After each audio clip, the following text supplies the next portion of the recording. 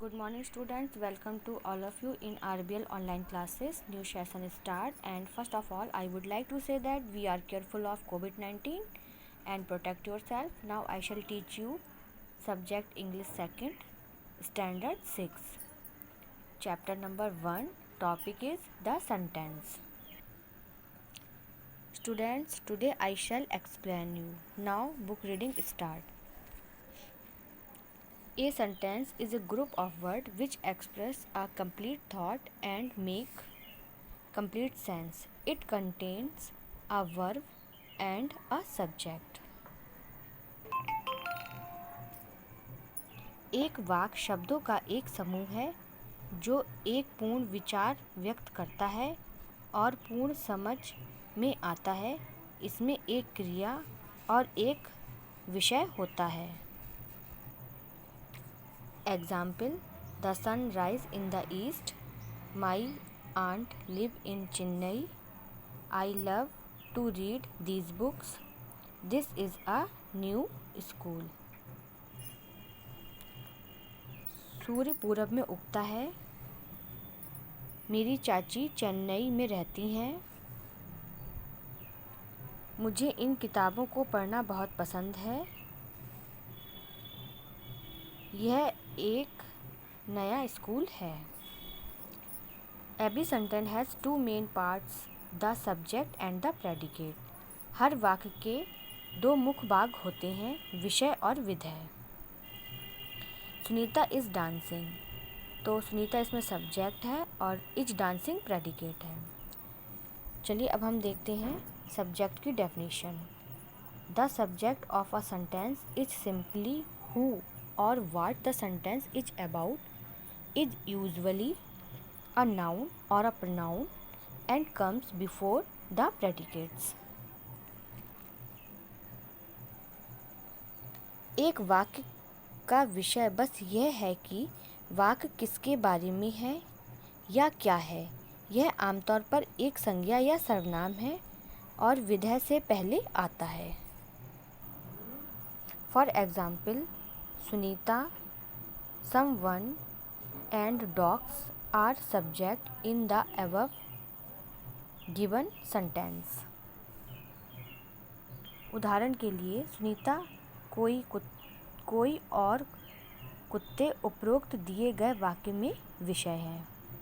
अब हम देखते हैं predicates. The predicates is the part of sentence that states something about the subject of the sentence. A verb is an essential part of predicates.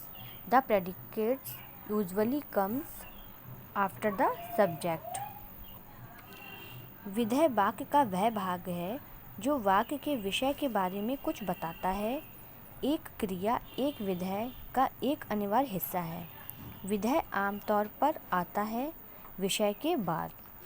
अब हम example देखते हैं। Is dancing, is in the room and bark at night are predicates in the above given sentences. उदाहरण के लिए, नृत्य कर रहा है, कमरे में है और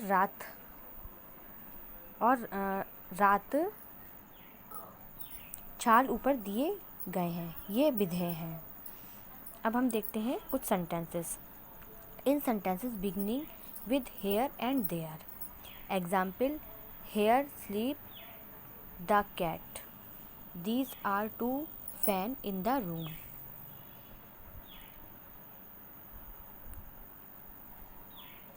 यहाँ और वहाँ से शुरू होने वाले वाक्य।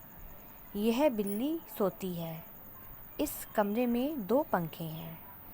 अब हम देखते हैं इन सम इंटरोगेटिव सेंटेंस। कुछ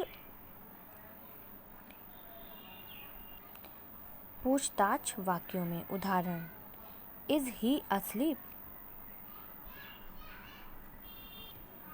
इसमें इज वर्ब है और ही आपका सब्जेक्ट है। In sentence beginning with prepositional phrase. Example, through the broken door, ran the thief. इसमें जो रन है ये आपका वर्ब है, द थीफ आपका सब्जेक्ट है। Kinds of object. Objects are two kinds, direct object and indirect object. वस्तुओं के प्रकार, ये दो प्रकार के होते हैं, प्रत्यक्ष और अप्रत्यक्ष। तो सबसे पहले हम देखते हैं direct object is the thing that a person received and indirect object is the person who receive that thing. प्रत्यक्ष वस्तु वह वस्तु है जो व्यक्ति प्राप्त करता है और अप्रत्यक्ष वस्तु वह व्यक्ति है जो उस चीज़ को प्राप्त करता है। Mother gave me 10 rupees before leaving for work. तो इसमें मी आपका इनडायरेक्ट ऑब्जेक्ट है और 10 रुपीज़ डायरेक्ट ऑब्जेक्ट है। Anil bought his mother a sari. तो हिज मदर इसमें इनडायरेक्ट ऑब्जेक्ट है और साड़ी इसमें आपका डायरेक्ट ऑब्जेक्ट है। It is to be kept the mind that the subject and object both can be of one word or more then that. ये ध्यान में रखना है कि विषय और वस्तु दोनों एक से होते हैं। Example, Anita, Meena and Saroj went to teach students in the school. तो इसमें ये तीनों हैं, जो अनीता, मीना एंड सरोज, ये तीनों आपके सब्जेक्ट हैं। Students, book reading is complete और एक्सरसाइज मैं आपको नेक्स्ट PDF में सेंड करती हूँ। Thank you.